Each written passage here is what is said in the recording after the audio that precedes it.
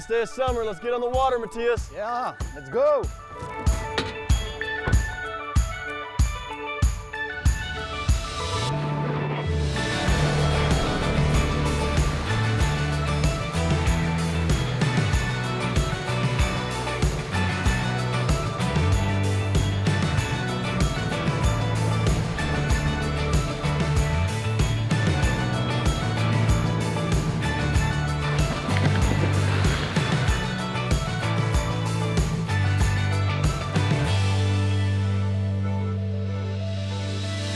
That was awesome, man. Yeah, I can't believe we just skied the lagoon. The power of cows and worms working together. That's great.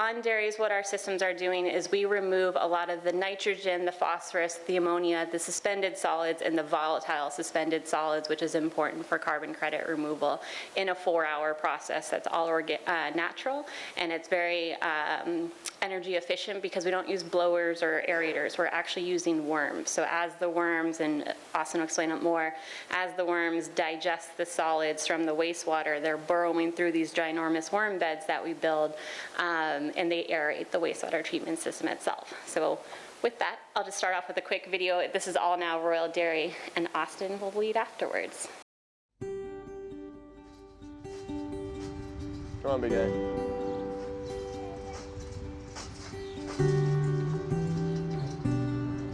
Well, I used to love just hanging out with my dad, digging in the dirt, driving the tractor. Not bad. Give it to the cow. My goal and my passion is to show that dairy cows are a big part of the solution to climate change and to greenhouse gases, and they're not the problem. People are gonna be like, oh boy. Good.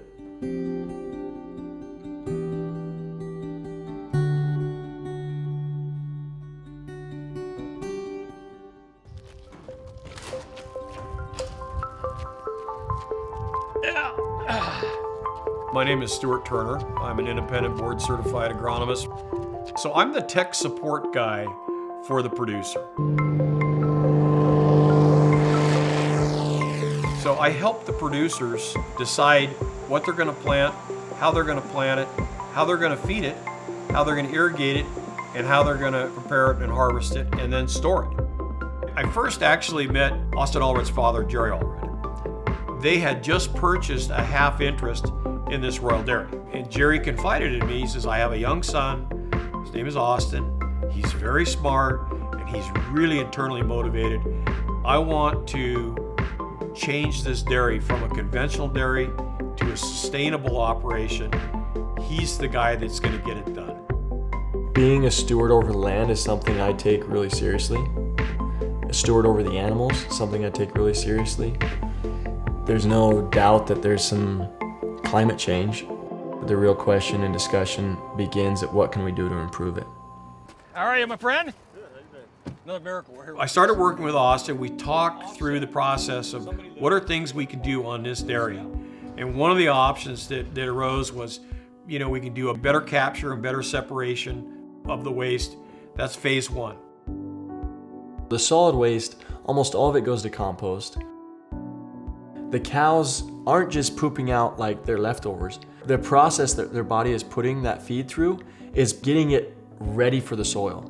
The liquid waste has been a challenge. Most dairies have these lagoons that are storing this liquid manure, which is a lot of where the methane release comes from. The worm bed idea came up through biofiltering. The stuff stinks, you don't get too close. We essentially have 5 acres of worm beds. We take this dirty green water out of these sprinklers, it settles through the biology and the wood chips with the worms in them, and then it goes through the rocks and it comes out clean water. We're recycling hundreds of thousands of gallons of water. We can irrigate with that water. In another year, you'll come out here again and you'll see all those wood chips have been consumed by the worms, and all the solids that the filtration system is catching has been consumed by the worms, and this whole bed will be full of worm castings. And worm castings are, you know, that's what you pay the big bucks for in your bag there at Walmart and stuff. So those are then pulled out of the beds, they're composted, and those are land applied. And without sources of these nutrients that all originally come through the cow, we could not have organic farming today. They cannot use commercially produced fertilizer.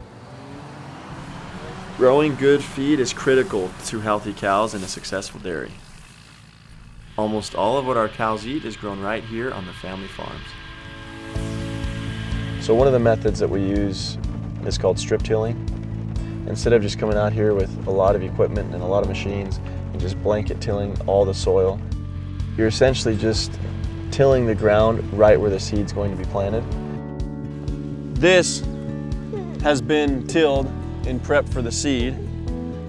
Obviously all this hasn't, but this allows you to keep this soil undisturbed, and then you're able to, with GPS, just plant right down that exact same row that you've tilled. You're not turning your soil over and essentially releasing a lot of that carbon. We also grow what we call green manure crops, a crop that we don't actually harvest. We grow it up to a certain size, and then we incorporate that into the soil. You can actually see the organic matter in the soil. Look at all these little bits of root. Last year's crop breaking down, you can actually see it, and you can smell it. So those nutrients are already properly proportioned because they came originally from plants. With cow manure and with compost and with worm castings and with the practice we're doing on the farm side, all those pieces contribute to having a soil that is healthy, that is pulling carbon out of the air and banking it in the soil. When you're doing your practices right, all the methane and the greenhouse gases the cows might be contributing are way more than offset by all the crops you're growing to be able to feed those cows. Well, on the Royal Dairy, we're utilizing a software that was developed by Colorado State University and United States Department of Agriculture. It's called Comet. This software allows us to digitally map every single part of the dairy and assign accurate values for carbon emissions or carbon fixation. This is not an estimate, it's not a guesstimate, this is actually the number. I believe he will be the first dairy farmer in the state of Washington to be a net carbon fixer, not an emitter. I think it takes an issue that could be a rural-urban divider, and it makes it a uniter. We can start making the tweaks and the changes and the improvements that are going to make all of agriculture the solution to climate change and making a better world for everybody.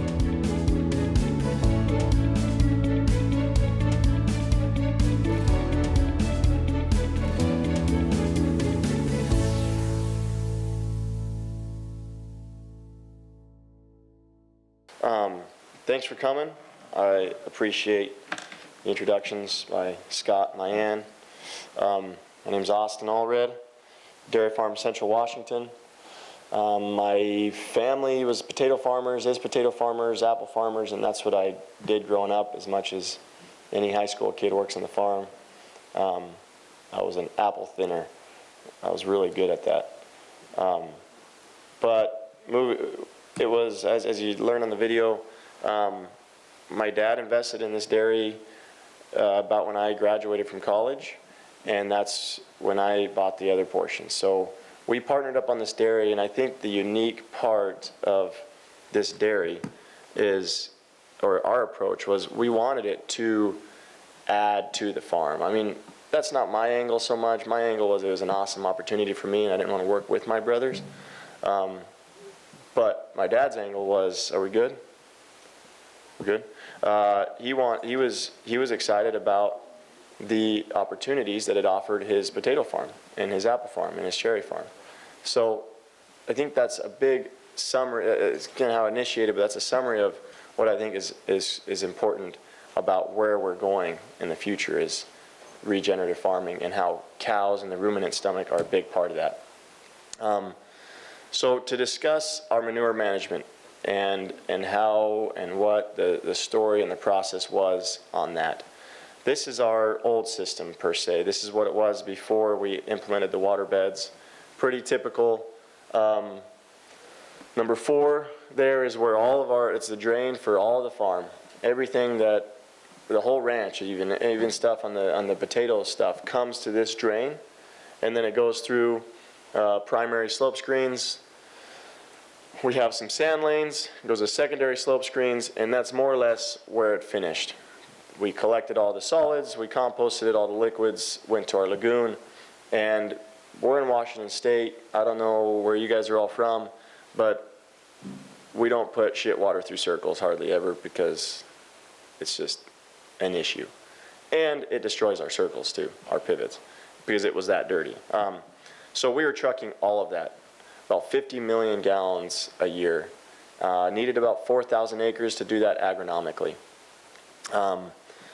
So that was the system. Any questions thus far? Dairy farmers, that's pretty typical. Okay, so coming into this, I knew from the get-go that that was something that was a huge headache.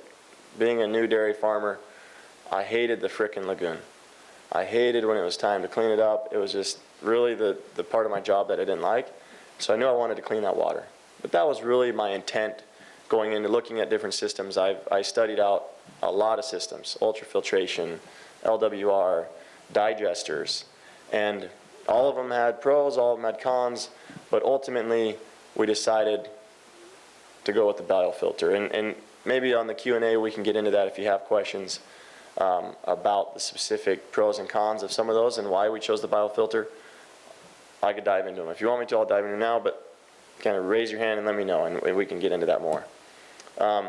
What the biofilter is you saw a picture, we have a picture coming up, long skinny swimming pools filled with rocks and wood chips with worms integrated within them.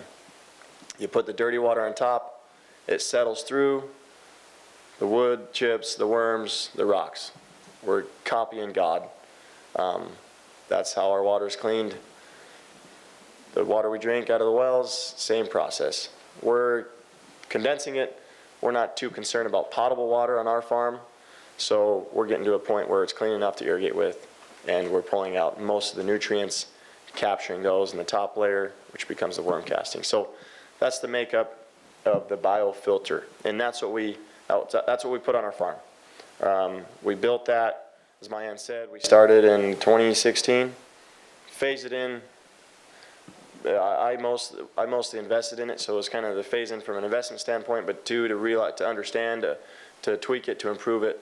It took, what are we at now? 2021. We finished it in 2020, at least to the point we are now. So phase 2, I'll say, was just filtering our excess water. So we were still flushing all of our barns with green water, pre-worms. Phase 3, we now have the full 8 acres where we're processing all the water. We're flushing with worm tea water, we call it, and so our barns are, flushing with clean water, and then that's obviously what we're putting through our irrigation system too. That is a picture of one of the beds. There's 8 of those. Long, skinny swimming pools. They're about 5 feet deep. That's shit water coming out of those sprinklers, settles through the layers, we collect it off the bottom. So in light of an honest conversation, and you guys all know that nothing comes perfect, nothing goes as planned. This 6-year process wasn't just because of the investment, it was because we were figuring out along the way and tweaking it and improving it and changing. Anyway, one of our issues with our compost bedding was, and I don't, if this is likely a problem a lot of you have, is our water was really, really dirty. Farms these days, our farm is really water efficient. The dialogue around dairies and water usage, I think, is bull crap, because we're hugely efficient. We recycle all of our water, and we are very much in that category.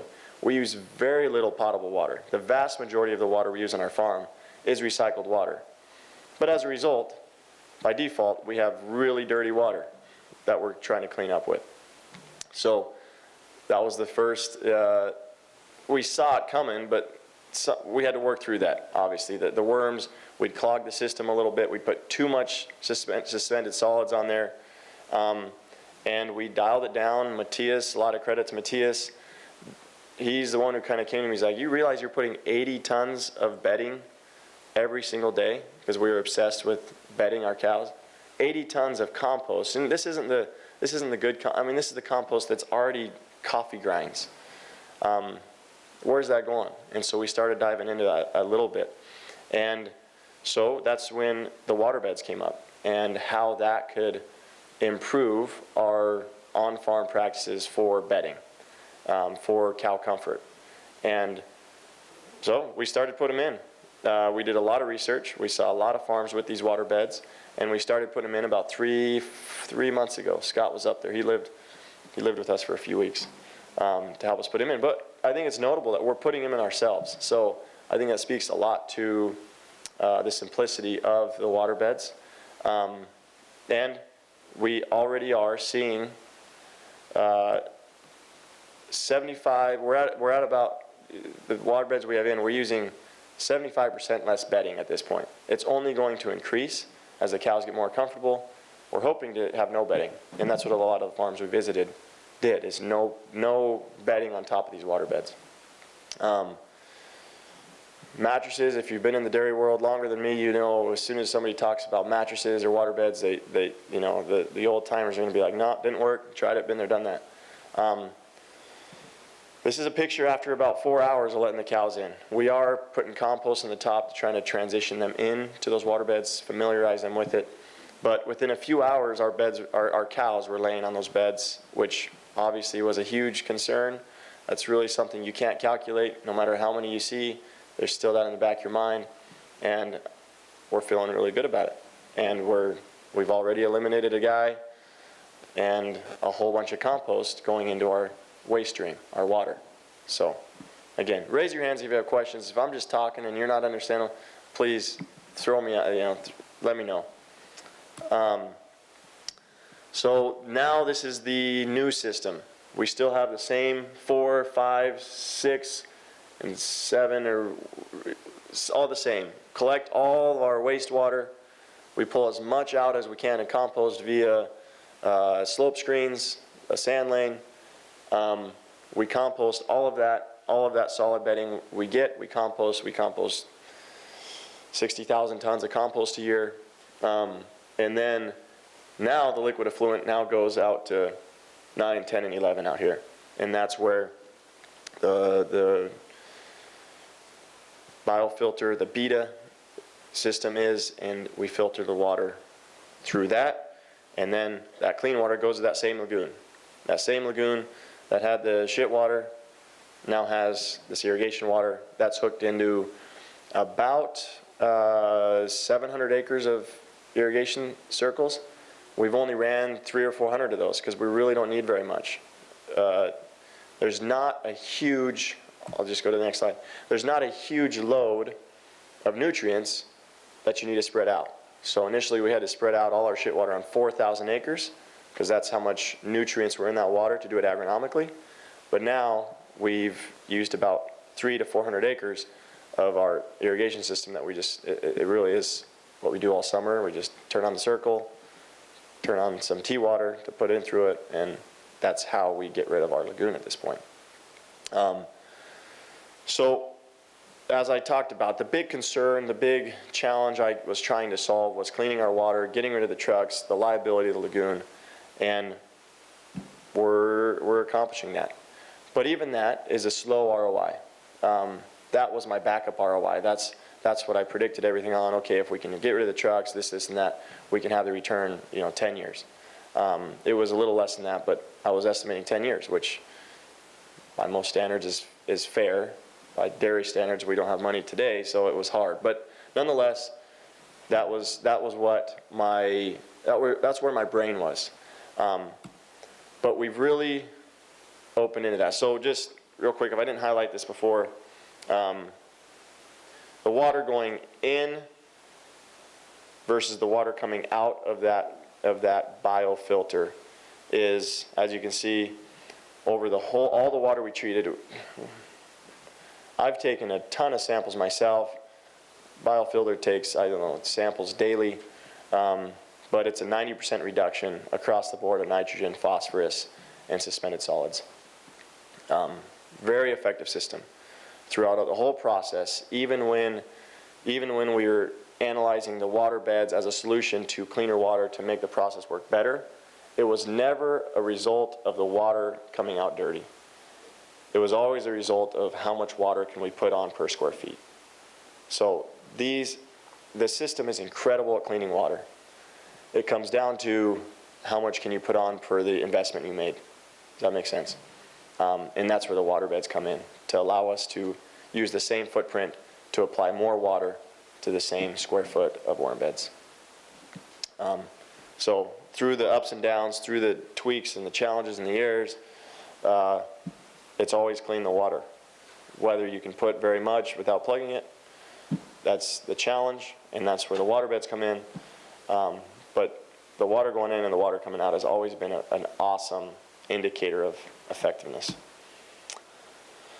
So this is I don't want to, I guess unforeseen benefits of the biofilter, and something that we're learning more about. This carbon conversation is something I'm very much a part of these days.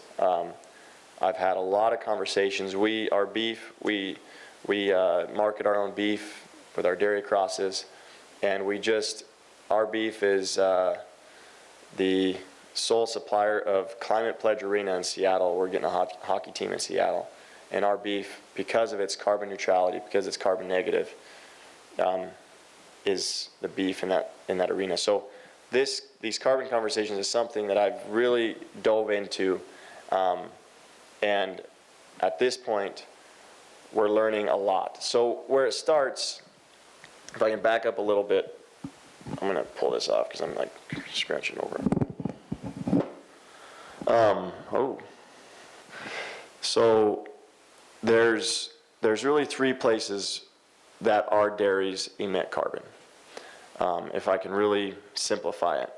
One is the enteric emissions. Our cows burp, and there's a release there. Every energy being has an enteric emission. Two is the lagoons, the manure management across the board. To me, that is the low-hanging fruit. That is the solutions that we can solve. There is answers for. And then number three is just management. We're using diesel to drive loaders. So those are the three categories that we have emissions from our farm on. So as we boil this down and we start talking about the manure management emissions, I think it's something that there's really awesome solutions for it, and that's really why I'm here, is because of that biofilter and the solution it's been for that. So we've gone through the last 2 years, Matthias, that we've been validating these credits. So if you don't know what a carbon credit is, there's a lot of conversations, and I'll get into some of it more towards the end, but a carbon credit is simply, so our lagoon emitted this much carbon 2 years ago, and now it releases X less, this much less. The difference through a whole validation process is what you can convert into carbon credits. And so with our biofilter system, we produce 42,000 tons, CO2 ton equivalent tons per year. Meaning with our dirty lagoon, there is 42,000 more CO2 ton equivalents in the air than there is today, because now it's clean, we denitrify it. Part of what the worms do is they denitrify that water, and it comes out benign. So we're able to convert those into carbon credits, right? And the carbon credits is what has a huge conversation with it right now, because everybody and their dog is carbon neutral by 2050. Well, Walmart is not going to be carbon neutral by 2050. I don't even know if Microsoft can, and I don't think they have a very big footprint. But the fact of the matter is, we in the agriculture world, in the dairy world, are who can solve that problem for them. And that's why these carbon credits have such a huge demand, because everybody needs those to become carbon neutral. Unless they're going to stop driving trucks or whatever they're going to do. It's going to be very hard to get carbon neutral without them buying credits. So, again, raise your hands, stop me, ask me questions. There is a Q&A at the end, but I'm happy to do it now if it makes more sense. So, as I said, we've had to take a couple years into turning. It's not an easy process, but it is a doable process, and really Biofilter has done it for us. I haven't been super involved into taking those and turning them into offsets, turning them into carbon credits, if you will, that then can be traded on the different markets. Just to touch on some of these, there's 2 markets. California, I think, is the only state, maybe New York, that has a compliance market, which is essentially, if you think of it like the Chicago Mercantile, you can sell those credits. Kind of, it's funded by the state a little bit. It's subsidized, and so those credits in California or some of the other states are worth a little bit more. But then there's the voluntary market, and that's what we've been playing with.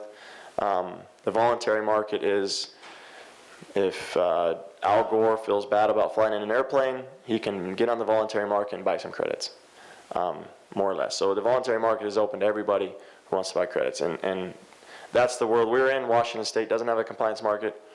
My prediction is everybody will, which is only going to increase the value of these credits, but nonetheless, the voluntary market is not a bad return. We are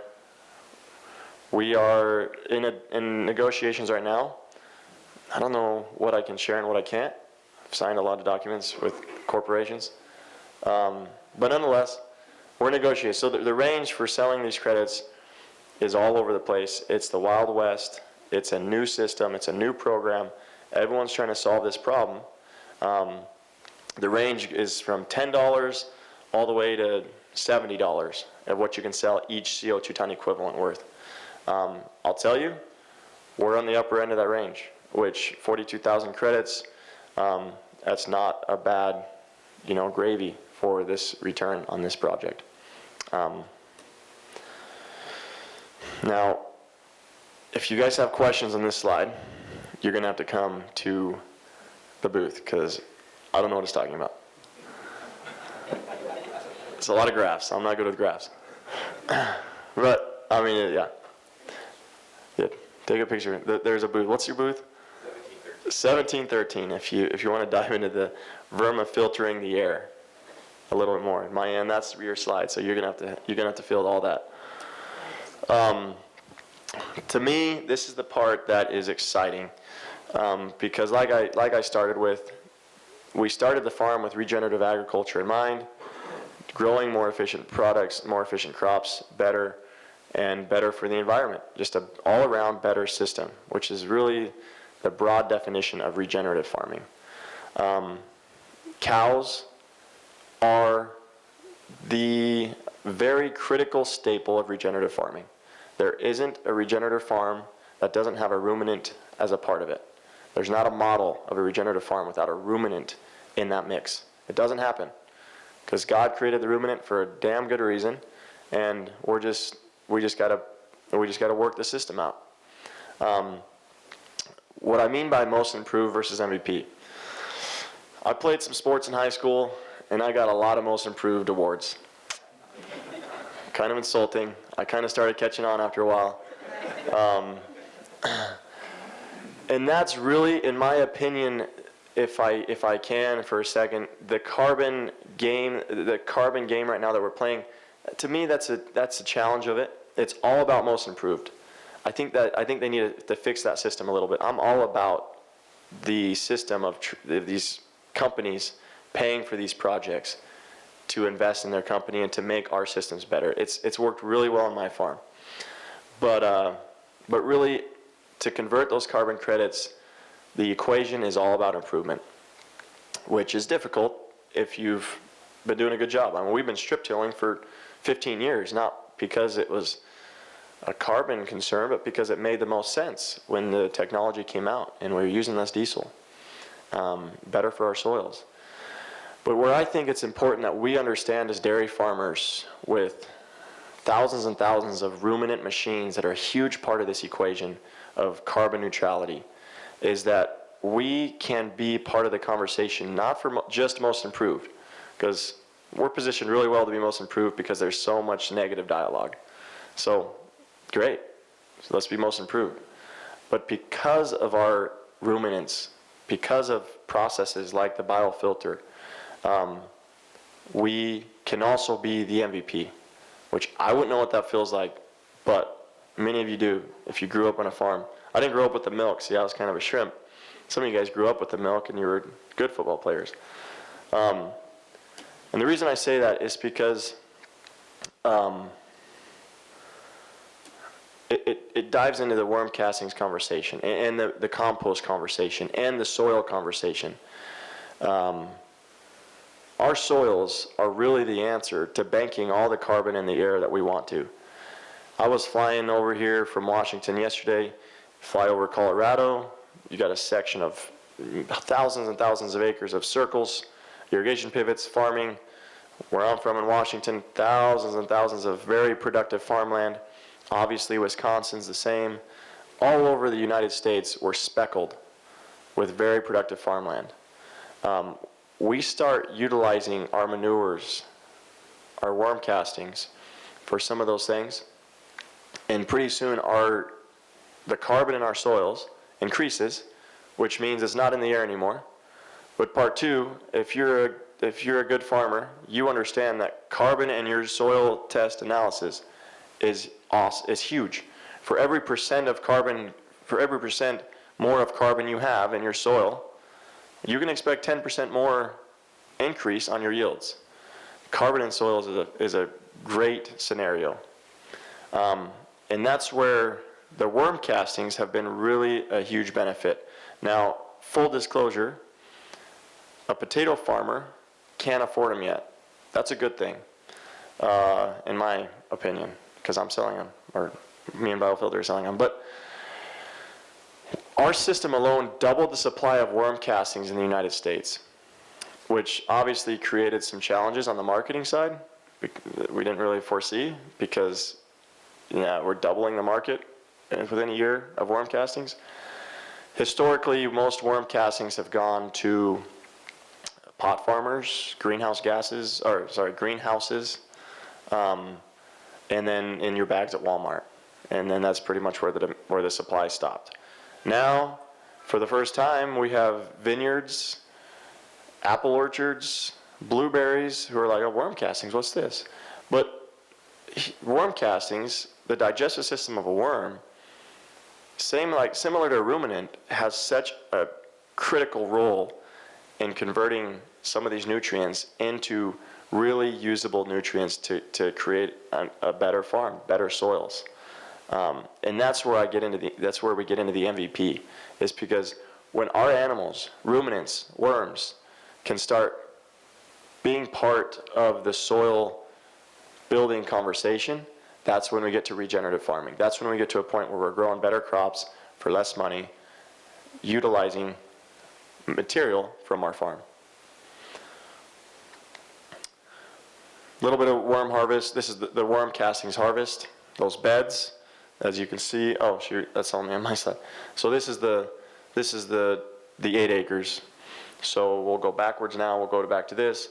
We harvest those with a long arm excavator. You take off the top 3 feet, and that's the worm castings. You screen it. You sell it just like that. And again, the digestive system worm, God created worms like you created ruminants for a damn good reason. And it goes through their system, it comes out the back end of their system, and it's special. They've done something to it. And that's what worm castings are. So selling a lot of worm castings right now just adds another formula to the return on the investment of the biofilter, which again was kind of a cherry on top for us, because we were looking to clean our water, to get rid of trucks spreading green water.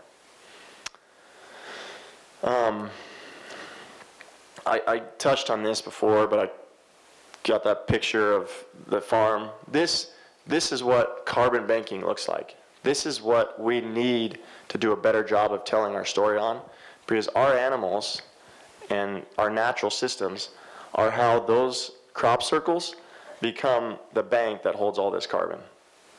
And eventually we need to get paid for it too, because they're willing to pay and they're excited to pay because it's solving that problem.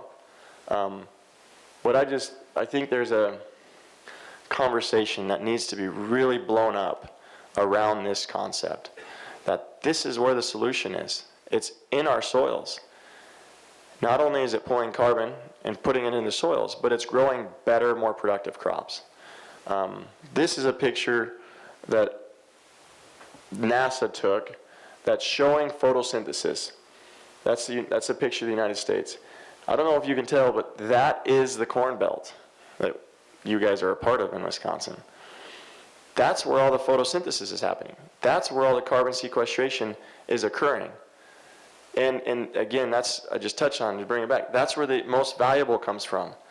That's not a matter of improving what we emitted from last year to this year. That's a matter of actually pulling the carbon out of the air, which nobody else can really talk about. There's a few technologies where they're taking carbon and putting it back in the oil wells, but whatever, I don't know anything about them. This is the tried and true photosynthesis. This is what it's about.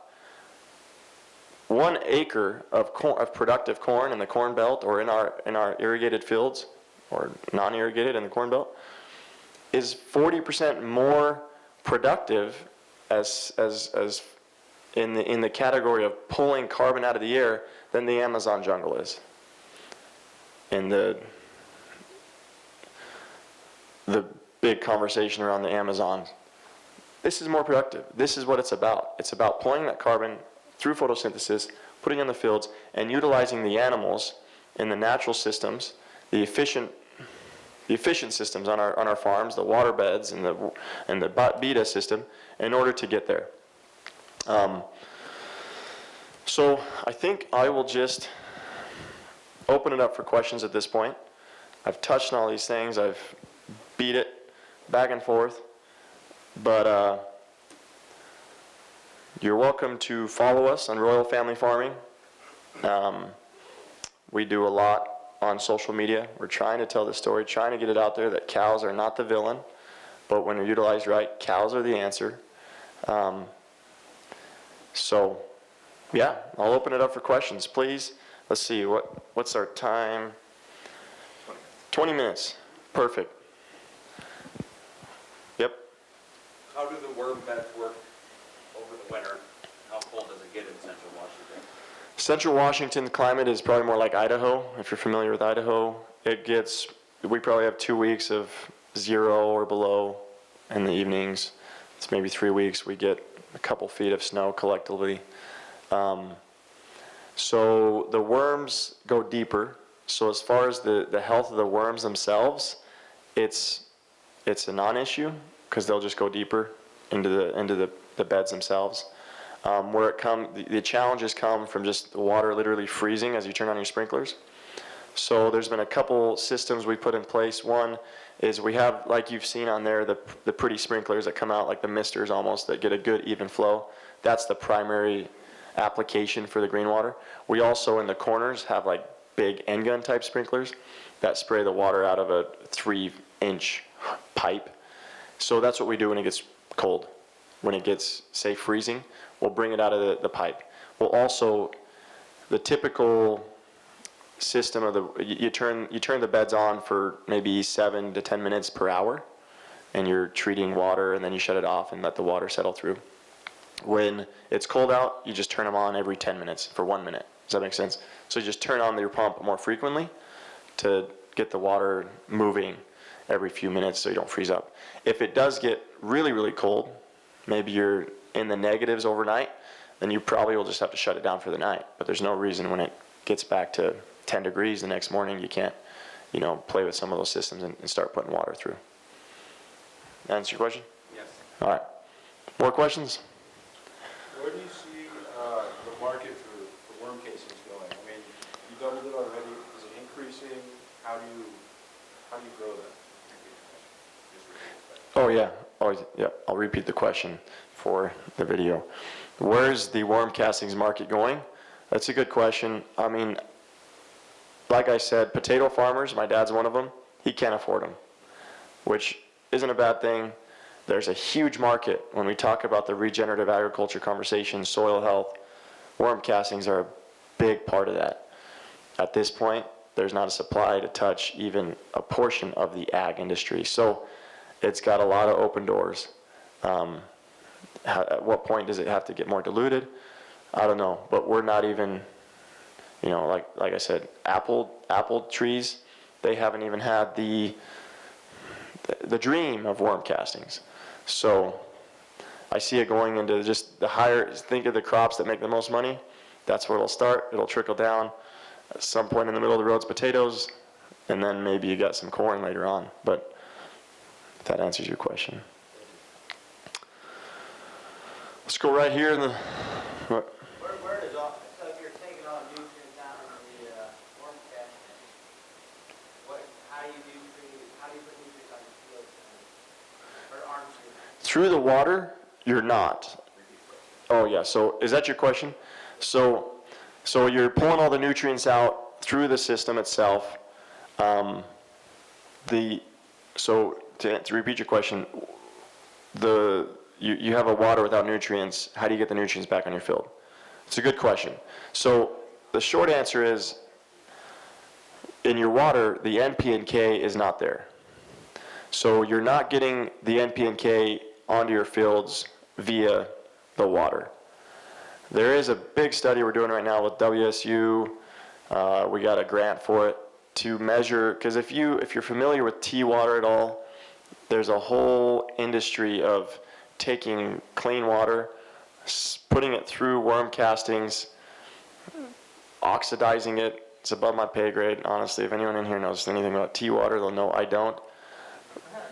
And then they sell that for a foliar spray. The reason I bring that up is because we're essentially doing a big part of that process. So the NP and K benefits are not in your water. The microbial activity that is then in your water is a benefit that we don't fully understand yet, but that we're really excited to understand more. We have the NP and K in the worm castings. If we choose to use that on our farm, which we have, that's great, but we can usually make more money selling it off the farm and then using our compost on the farm and our raw manure and stuff, because we still have plenty of that solid waste. First, you said you estimated your ROI at 10 years. If you look at the other revenues, and just you're learning through this process, has that decreased substantially? Yep. Yeah, if I were to consider the ROI on selling the carbon credits, then it would have been a third of that. So the carbon credits are a big deal for this project right now.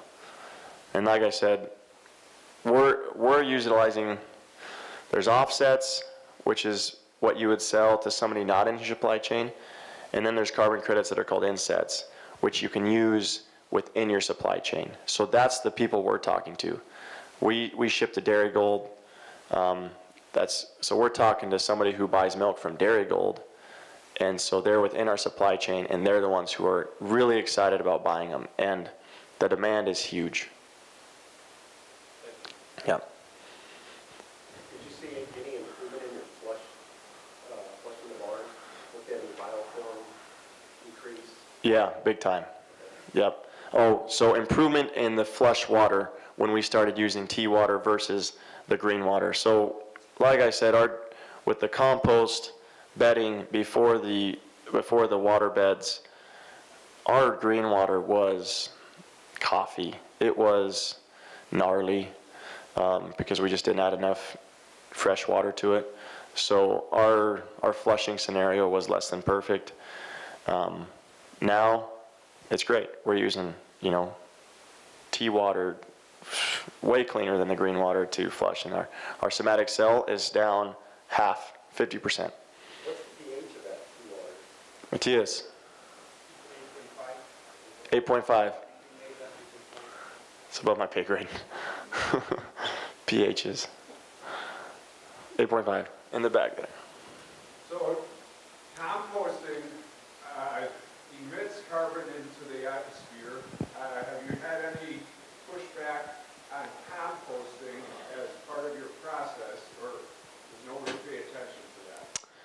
So, good question. And I think I understood it just like you. Correct composting releases very little carbon into the air. If you get it in the row quickly and utilize it, you turn it quick, and you do best practices. When we've gone through the process of totally capturing our whole footprint on our farm, the idea of really well-managed composting has a very small footprint. But it did come up a lot, and they sorted through our composting practices like crazy, and there is some emissions being credited to our composting program. So our footprint has that in its equation. But I guess to answer your question, again, good practice composting is really a pretty small footprint contributor. It's the manure piles that are sitting there through the winter that you're not composting. That's what's going to raise the flag for emissions. More questions? Comments? Yep, in the back. Did you see your solids now dropping after you put the water beds in and going through the water going through the worm beds? Are your solids, the fine solids now dropping? Yes. Yeah, so we're seeing a lot less fine solids before it hits our primary screens because we're adding 80 tons less of compost per day to our bedding. So not only are we seeing the water that arrives to our primary slope screen in a way better ratio, but the water that, after the worms, there's really hardly any suspended solids to speak of. It goes through a drip system. We have a drip system connected to it, and this water will go through a drip system. So that's helping with the flow through your beds? Yeah, yep. So that was our biggest challenge for a while there, is how much water we could put on because of the dirtiness, the coffee grinds that were left in our tea water even after the slope screens. So that's helped a lot with the flow through of the beds. Okay, yep.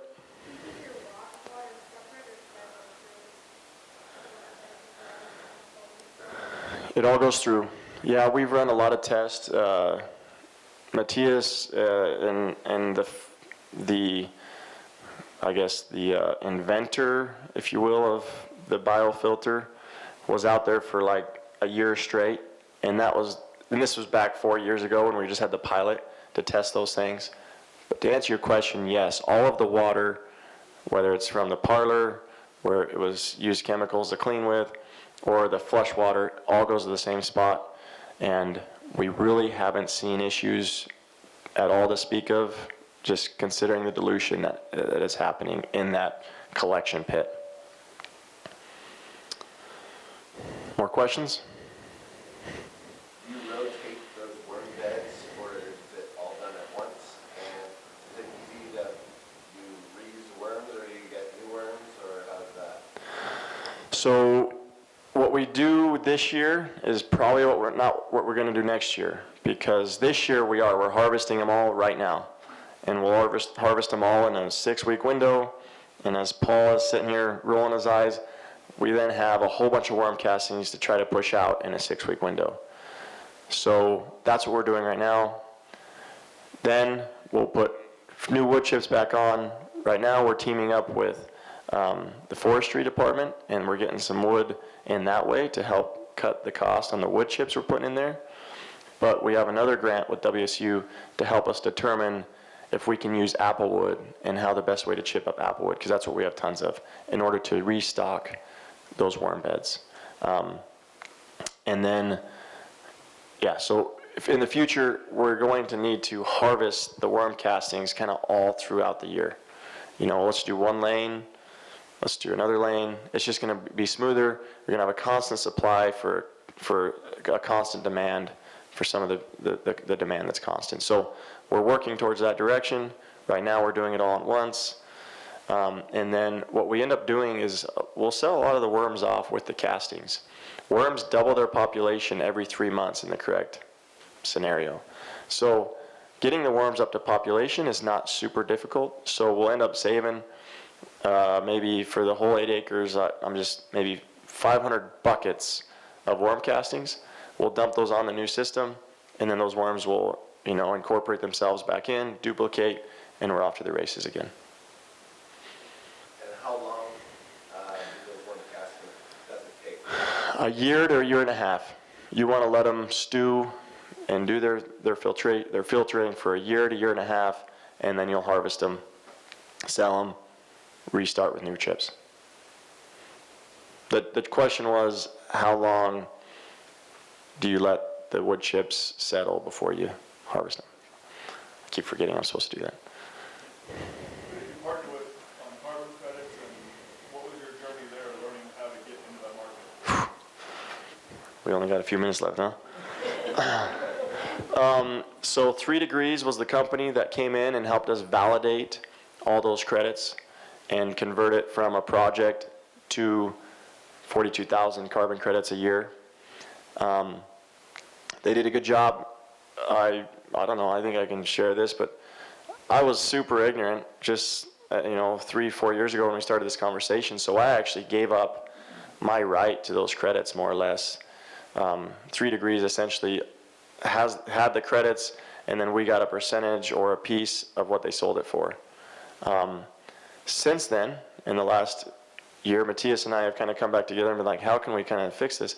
So we are actually buying those credits back from 3 Degrees and reselling them for like 10x. So if you do go that direction, I've learned it the hard way. And I think that's an important part of the conversation.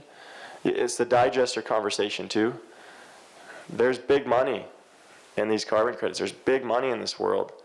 And we've got to make sure we're not treating them as a commodity that we're selling, like we're so good at doing. Mass production, sell a commodity, and then everyone else who doesn't take any risk gets all the upside.